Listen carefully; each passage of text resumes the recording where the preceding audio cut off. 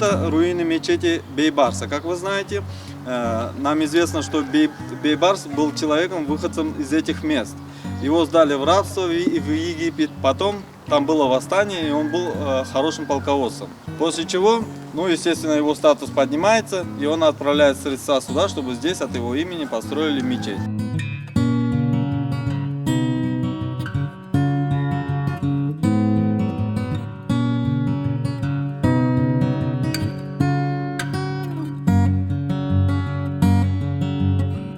Мы выбрали эти объекты, потому что решили, что это будет интересно, это не так заезжено, как многие другие города топовые, да, так скажем.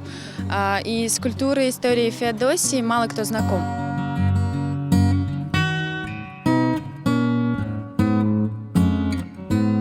Biz Medeni Kırım ile iki ceminin ziyaret ettik. Ben bu cemilerde hiçbir vakit olmadım. Pek çok ilhamlandım ve benim için bu büyük bir hem bizim medeniyetimizge, hem bizim tarihimizga yakınlaşmaga büyük bir adım. Мы посетили музей Айвазовского и также прогулки по Феодосии, что меня очень сильно вдохновило.